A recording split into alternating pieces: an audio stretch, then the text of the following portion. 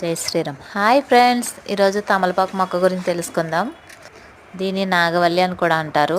తమలపాకులో calcium, iron పుష్కలంగా ఉంటాయి. మనకి ఆకలి వేయకపోతే 2 తమలపాకులు నమిలితే ఆకలి వేస్తుంది. అలాగే కడుపు ఉబ్బరంగా ఉంటే తమలపాకుల రసం తాగినా తగ్గుతుంది.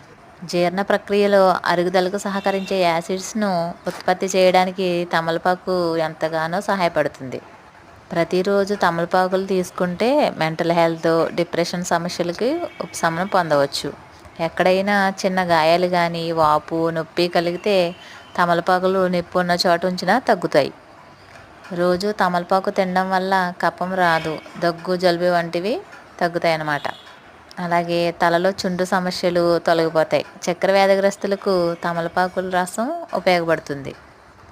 తలపోటు వచ్చినప్పుడు నుదుటి మీద తమలపాకులు రాయడం కానీ, తమలపాకు రసంతో కాసేపు మసాజ్ చేసినా తలపోటు తగ్గుతుంది. తలపోటు, మైగ్రేన్, తలపోటు వంటి వాటికి తమలపాకు దివ్యౌషధంలా పనిచేస్తుంది.